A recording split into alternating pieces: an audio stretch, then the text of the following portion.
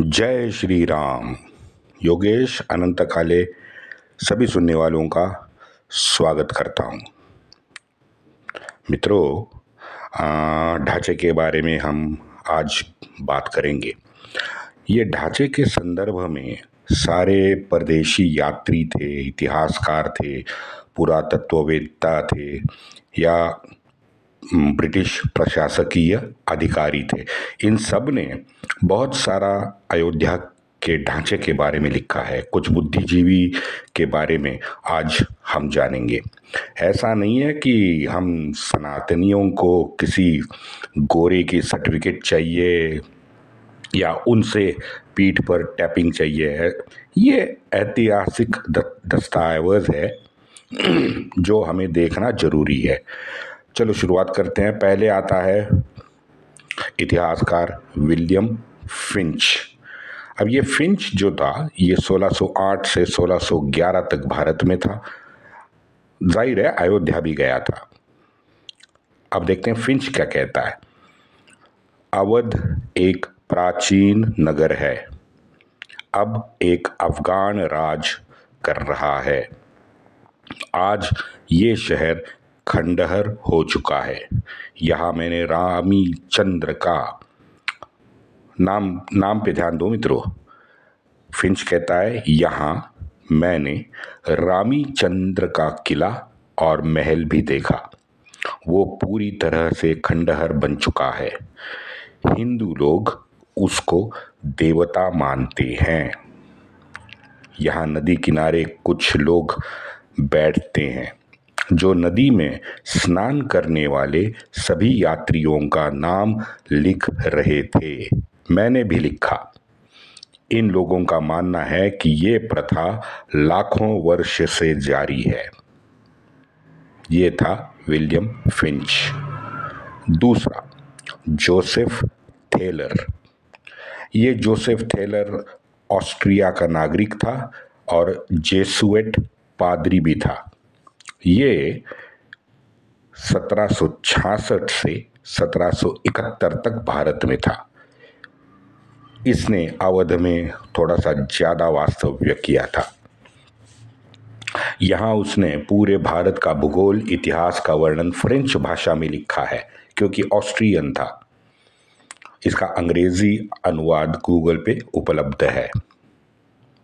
Thaler कहता है बाबर ने राम जन्म स्थल के मंदिर को तोड़ के उसी मंदिर के खंभों का इस्तेमाल मस्जिद बनाने में किया है, लेकिन यहाँ हिंदू इस स्थल का अपना अधिकार आज भी नहीं छोड़ रहे हैं। वो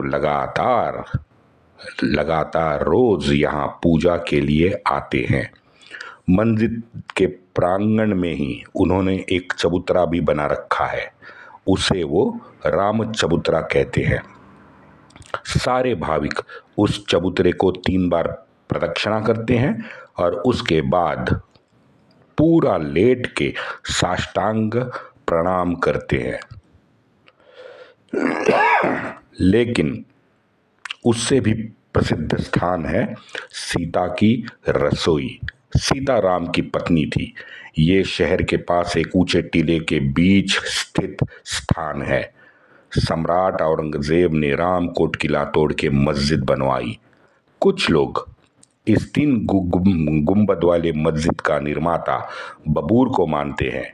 यहाँ के 14 काले पत्थर से बने स्तंभ कोई भी देख सकता है। इसमें से 12 अंदर मेहराब को संभालने में लगाए गए हैं। कहते हैं बंदरों का राजा हनुमान ने ये पत्थर सिलोन से लाए थे। उसके बाईं ओर एक ऊंचा चबूतरा है।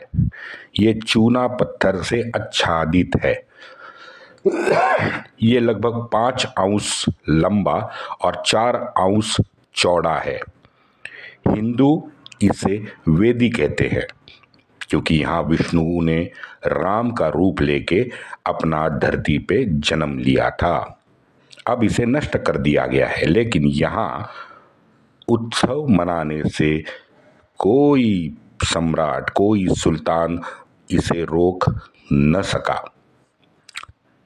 चैत के 24वें दिन यानी शुक्ल पक्ष के नवमी में यहाँ मेला लगता है जो सारे भारतवर्ष में ज्यादा प्रसिद्ध है। तीसरा यात्री था मोंटेगोमेरी मार्टिन। ये मोंटेगोमेरी मार्टिन एक ब्रिटिश सर्वेक्षक था जिसने अयोध्या का पूरा सर्वेक्षण ब्रिटिशों के लिए किया था। उसने एक रिपोर्ट आगे फिर भेज दी। साल था 1828, 1828।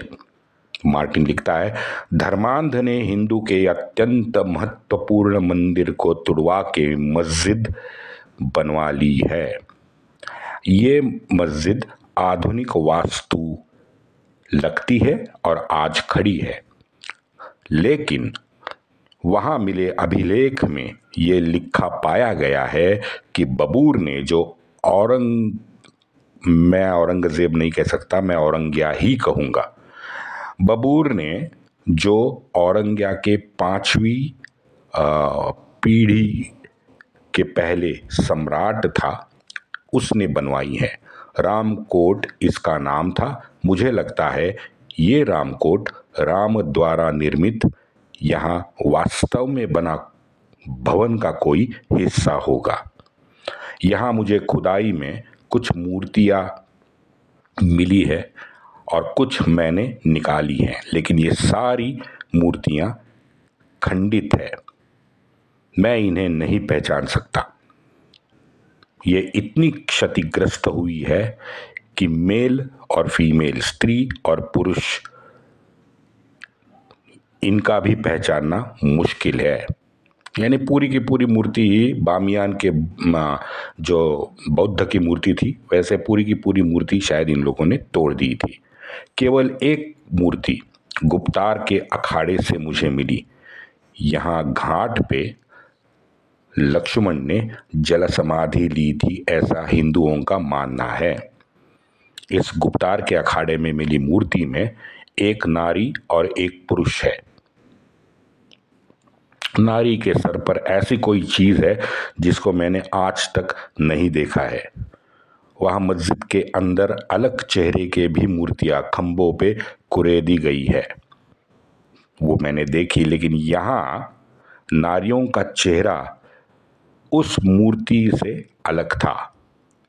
ये पत्थर वाले स्तंभ प्राचीन दिखते हैं। ये पत्थर तो मैंने आज तक यहाँ कहीं नहीं देखे। स्तंभों का आकार, उसकी नक्काशी देख के तो यकीन होता है कि ये निश्चित किसी मंदिर का हिस्सा रहा होगा। संभव है कि ये विक्रम द्वारा बनवाए गए मंदिर का ही हिस्सा है, लेकिन मात्र 6 फीट की ऊंचाई से मुझे लगता है कि ये स्तंभ किसी महल का हिस्सा है, ना कि मंदिर का। ये मार्टिन ने लिखा है। अब चौथा देखते हैं। इसका नाम था एडवर्ड थार्टन। अब ये एडवर्ड थार्टन, इसने 1854 में सर्वेक्षण किया था और ईस्ट इंडिया कंपनी के गैजेटर को इसने ये सर्वेक्षण, एक पत्र लिखा था, उसमें इसने पूरा उसका सर्वेक्षण का ब्यौरा दिया है। अब ये एडवर्ड थार्टन भी 14 स्तंभ और उसके ऊपर के नक्काशी का स्पष्ट उल्लेख करता है। आगे लिखता है कि सारे हिंदू यहाँ राम चबूतरा पे प्रदक्षिणा करके साष्टांग प्रणाम करते हैं, क्योंकि वो इसे राम का जन्मस्थल मानते हैं। 5वां विदेशी देखिए, उसका नाम था एडवर्ड बाल्फोर। ये एडवर्ड बाल्फोर डॉक्टर था, सर्जन जनरल बना गया था भारत के लिए। उसने एक एनसाइक्लोपीडिया लिखा था। वो एनसाइक्लोपीडिया में बाल्फोर ने लिखा है कि अवध फैजाबाद के निकट घाघरा नदी के किनारे अयोध्या बसी है। उसका अक्षांश 36.48 और 20 रेखांश है। उत्तर तथा 42 अक्षांश 40 रेखांश पूर्व है। यहाँ की हिंदू मुस्लिम जनसंख्या 7,518 है। ये प्राचीन काल के कौशल राजा की राजधानी हुआ करती थी। किसी समय में 12 योजना यानी 66 मैल क्षेत्र में ये राजधानी फैली हुई थी। बुद्ध काल में इसकी बड़ी अवनति हुई, लेकिन उसके बाद विक्रमादित्य ने प्रथम शताब्दी में, मेरे ख्याल से ईस्वी सन 57 के आसपास, इसका पुनरुद्धार कर दिया। स्वर्ग द्वार मंदिर के कुछ अंश बचे हैं।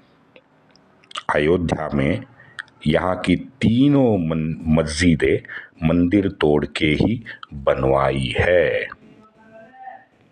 ये गैजेटर को लिखा इसके पत्र में इसका उल्लेख है। अब छठा देखते हैं, उसका नाम है पी कार्नेगी। पी कार्नेगी कहता है, पी कार्नेगी जो फैजाबाद तहसील में एक ऑफिशियल हिस्ट्री राइटर था, उसने 1870 में फैजाबाद तहसील का सारा इतिहास कार्नेगी ने लिखा है। कार्नेगी भी स्तंभ, नक्काशी, रामचबूतरा, बबूर सबका उल्लेख करता है। और एक उल्लेख वो कहता है कि 1855 तक हिंदू मुसलमान दोनों यहाँ एक साथ अपनी अपनी पूजा करते थे। ये जन्मस्थल हनुमानगढ़ी से मात्र 100 कदम दूर है। यहाँ 1855 में एक बड़ा दंगा हुआ था। मुसलमानों ने हनुमानगढ़ी जन्मस्थल पर कब्जा कर लिया था। हिंदू ने उनका पीछा करके सबको मार डाला। जन्मस्थल पे कब्जा करने वाले मुसलमान भाग गए। अकेले दिन में जन्मस्थल पर 175 मुसलमानों को मारा गया। मित्रों, ध्यान दो आंकड़े पे। जब अयोध्या की पूरी लोक संख्या 7,518 थी, तो ये 7,500 सवा 7,000 के गांव में 175 मुसलमान एक ही दिन में काट डालना बहुत बड़ी बात है। आगे वो लिखता है कि इन सब की कब्रें हैं जिन्हें गंजार शहादा कहा जाता है। गंजार शहादा ये मैंने अयोध्या में मैंने तो नहीं देखी, या मुझे मालूम ही नहीं था शायद। तो कोई अगर अयोध्या जा रहा है तो जो जरा गंजार शहादा मस्जिद, ये कब्रें जो है इनकी, ये जरा देखे कहाँ कितनी दूर है। अवध के राजा की सैन्य की टुकड़ी वहां दंगा देखते खड़ी रह गई थी, क्योंकि उन्हें आदेश नहीं था। उन्होंने कुछ नहीं किया, बस देखते रहे। मस्जिद के पुनर्निर्माण के विषय में कुछ नहीं किया गया है। कहा जाता है कि त्रेता के ठाकुर मंदिर को पुराने खंडहर के पास पंजाब के कालू के राजा ने 16वीं शताब्दी में बनाया था। उसका पुनरुद्धार हिल्लाबाई मराठिन ने करवाया है। और उसके बगल में 1884 में हिल्लाबाई ने ही घाट का निर्माण किया। हिल्लाबाई जयवंतराव होळकर की विधवा थी। उस परिवार से आज तक लगातार 231 रुपए सरकार को प्राप्त हो रहे हैं। इसके जैसे अन्य सरकारी गैजेट भी अपनी रिपोर्ट में एक चीज कॉमन कहते हैं मित्रों, मंदिर तुड़वाकर मस्जिद बना दी गई है। आश्चर्य की बात है, अयोध्या की पहली कोर्ट केस 1885 में बोर्ड पे लगाई गई थी। वंदे मातरम।